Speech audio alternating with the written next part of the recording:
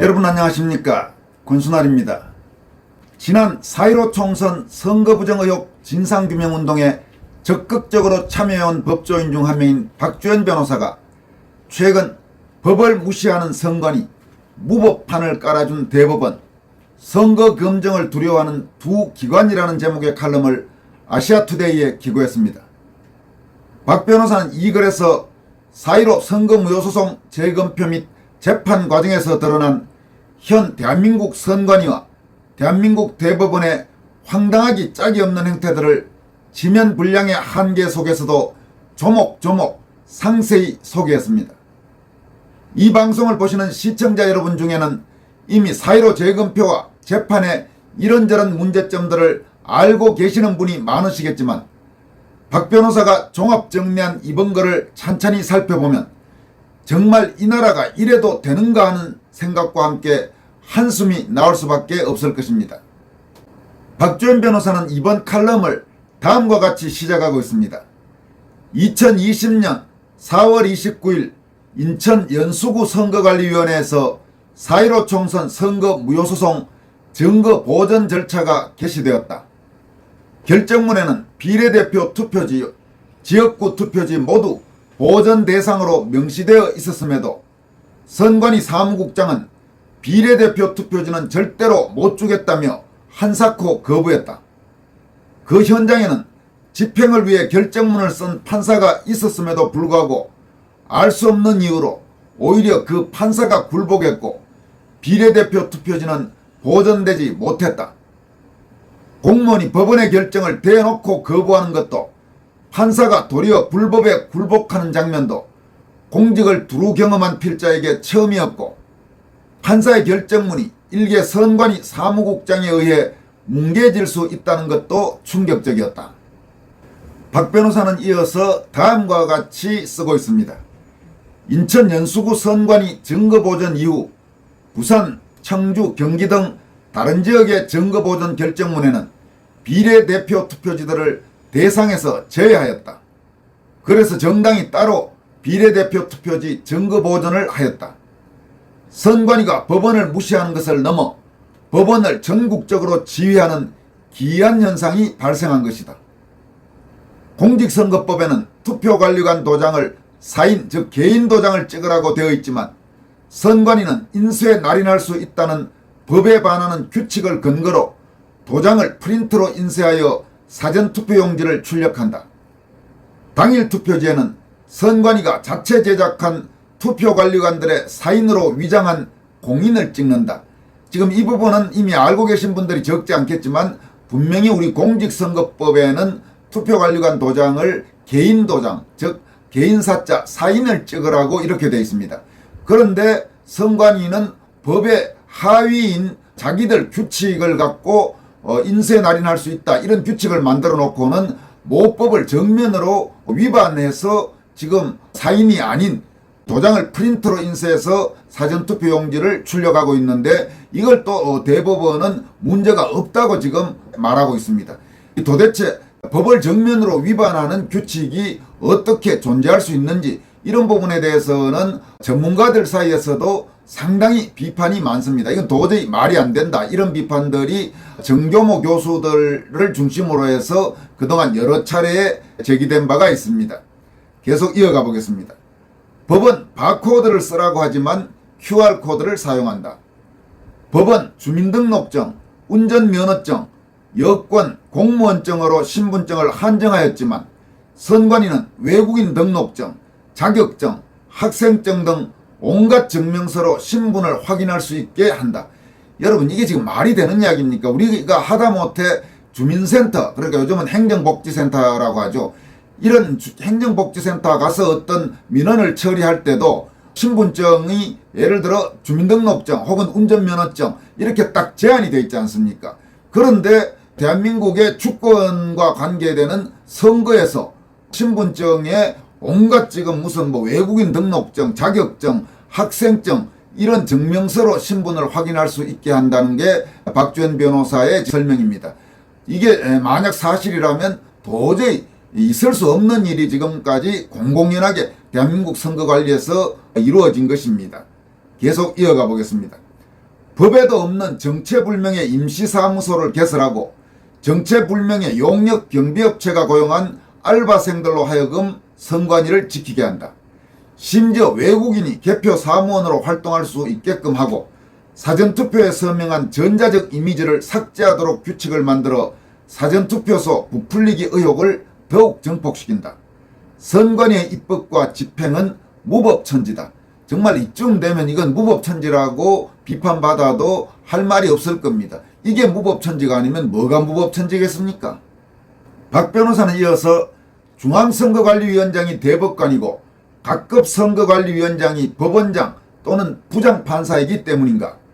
어느샌가 선관위는 법도 법원도 무시할 수 있는 괴물이 되어버렸다라고 질타하고 있습니다. 이어서 소송의 대상이 된 선관위가 오히려 소송을 지휘하고 법을 따라야 할 선관위가 법을 무시하며 집행하고 법에 반하는 규칙과 지침을 만든다. 무소불위에 막 나가는 선관위를 이미 경험한 입장에서 최근 각종 부패와 비리, 북한과 중공의 해킹 등으로 감사원 감사, 권익위 감사, 국정원 조사를 받아야 하는 상황에서도 오히려 당당하게 거부하는 선관위의 꼴불견은 낯설지가 않다라고 직격탄을 날렸습니다. 박지원 변호사는 이어서 다음과 같이 밝히고 있습니다. 4.15 총선 이후 부정선거 의혹이 전국적으로 퍼져 무려 139곳의 선거 무효소송이 대법원에 제기되었다. 또 후보자나 정당이 원고가 된 30곳의 선관위에 대한 증거 보전 절차가 진행되었다. 그 과정에서 각종 이상한 투표지들과 엉망인 투표지 보관 상태, 인구수보다 많은 투표수를 기록한 투표소, 유권자가 투표를 했음에도 아예 영표 처리되어 있는 특정 투표소의 개표 결과, 전자개표기의 조작 등이 발견되면서 부정선거의 증거들이 서서히 드러나기 시작했다. 구리 선관위 이후 각 선거구 선관위에서 투표지가 증거 보존되는 과정에서 발견된 신권 다발 같은 빳빳한 투표지들과 서울 도봉구 선거관리위원회에서 발견된 10개가 넘는 삼립빵박스 사전투표지 보관상자들과 이에 대한 선관위의 거짓말 변명은 부정선거임을 더욱 확정시켰다. 재검표가 되면 부정선거가 만천하에 공표되는 것은 시간 문제였다.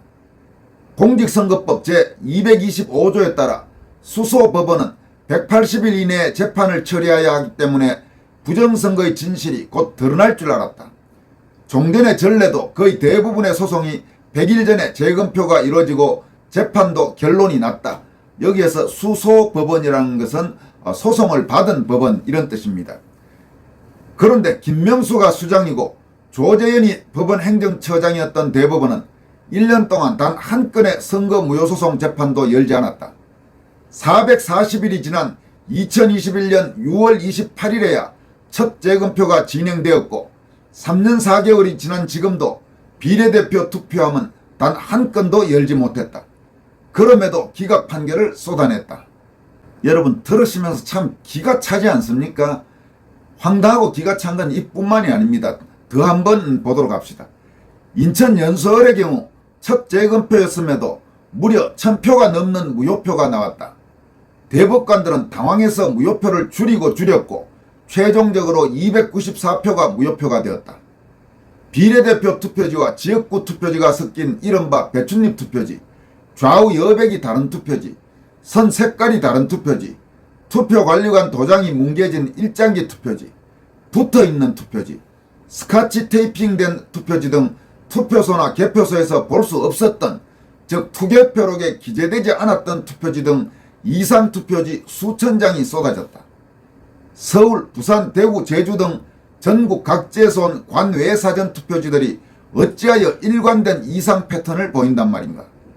그런데도 대법관들은 대부분의 이상 투표지들을 유효표로 인정했다. 그뿐만이 아니다.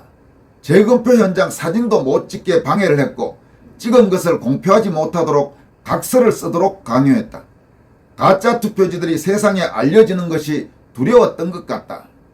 그 이후 대법관들은 추가 재검표하는 것을 꺼려했고 갖은 핑계를 대며 재검표를 거부했고 추가적인 증거조사를 거부했다. 대법관들은 마치 보이지 않는 세력으로부터 어떤 검증도 허락받지 못했던 것처럼 비겁했다. 스스로 대법원의 권위를 내동댕이 쳤고 법정에서 도망치기 바빴다. 심지어 서울 영등포울 재검표장에서는 투표 보관장소의 봉인이 바꿔치기 됐다. 법원에 보관된 투표함도 손을 댄 것이다. 결과값만 맞았지만 역시 수많은 가짜 투표지들이 등장했다. 양산을에서는 투표지 무게가 원래의 용량과 다른 것이 발견되었다. 파주을 재검표에서도 빨간 화살표가 찍힌 투표지, 배춧잎 투표지 등 투개표록에 없었던 투표지들이 발견되었다. 파주을은 특히 투표록에 20장의 투표관리관 도장을 찍지 않은 투표지, 한 장에 1년 번호를 떼지 않은 투표지가 투표 과정에서 들어갔다고 기재되어 있었는데 재검표 현장에서는 투표록에 기재된 이상 투표지들이 단 한 장도 발견되지 않았다. 물론 투표 개수인 결과값은 맞았다. 즉 투표 당시의 투표지들이 없어지고 재검표 당시의 투표지들이 새롭게 만들어졌던 것이다. 파주을 이 부분은 바로 최근 아주 논란이 되고 있는 고소사건과 직결되는 이상현상이죠. 박 변호사는 이어서 필자는 선거무효소송 대리인으로 활동하면서 대한민국의 주권이 담긴 투표지들이 심각하게 훼손되고 유린되었음을 목도했다라면서 그 원인을 분석하고 있습니다. 다음과 같이 쓰고 있습니다. 그 직접적 원인은 선관위의 법무시와 무법판을 깔아준 대법원에 있다. 4.15 총선 당시의 이미지 파일과 재검표 당시의 이미지 파일을 비교해보면 쉽게 판단할 수 있는데도 선관위는 재판이 끝날 때까지 제출을 거부했다. 대법관들은 이미지 파일을 보지도 않았고 공개하라고 소송 지휘를 하지도 않았다. 이렇게 질타했습니다. 정말 들으면 들을수록 분노가 치밀립니다. 이게 무슨 선관위고 이게 무슨 대법원 대법관들입니까? 그리고 이런 선관위와 대법원 대법관들을 무조건 믿으라고 하는 그런 작자들은 또 도대체 제정신들입니까? 이런 사정들을 제대로 알면서 선관위의 문제점, 또 4.15 총선 선거 부정 의혹 진상규명운동을 벌이는 사람들의 그 노고를 폄훼하고 하는 사람들은 정말 제정신들입니까? 이런 내용들을 좀 똑바로 좀 뭘 알고 좀 말을 해야 될 거 아닙니까?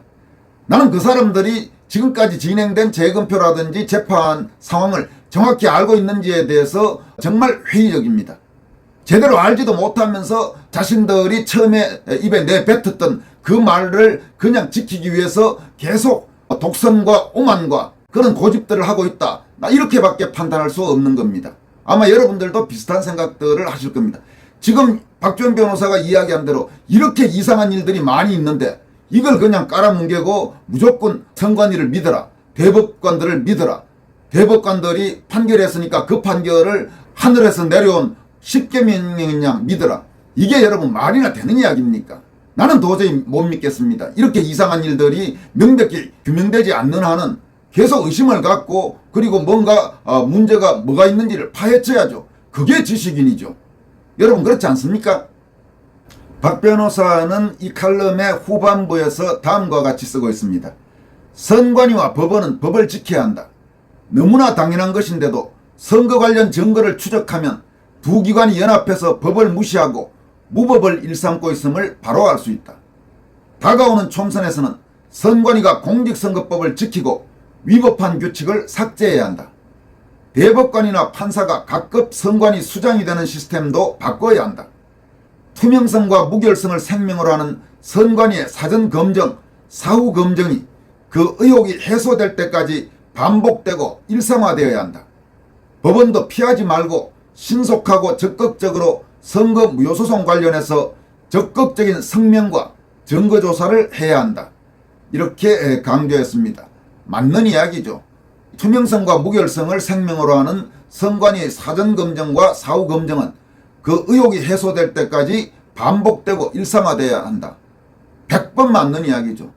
국민이 상식적인 판단으로 도저히 이해할 수 없는 일이 발생했다면 그거는 그 의혹을 해소하고 문제가 뭐가 있는지 혹은 문제가 없는데 오해를 했는지 그런 부분들을 정확히 해명하고 규명해야 할 때의 책임은 바로 국민의 세금으로 봉급받는 선관위 또 법원, 판사들 이런 사람들에게 있는 것입니다. 그 일들을 자기가 해야 될 일들을 제대로 하지 않고 그 의혹이 해소되지 않는 상태로 계속 남겨놓은 상태로 무조건 일방적으로 몰고 가는 그런 데 대해서는 단호히 제대로 의식 있는 국민들이라면 저항해야죠.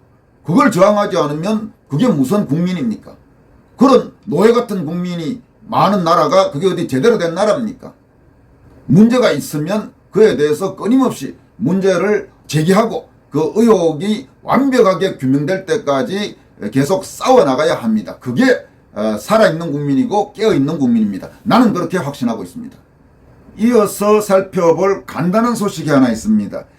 윤용진 변호사가 자신의 SNS를 통해 밝힌 내용인데 아마 선관위가 대한변협의 박주현 변호사를 징계해달라는 요구를 한 모양입니다.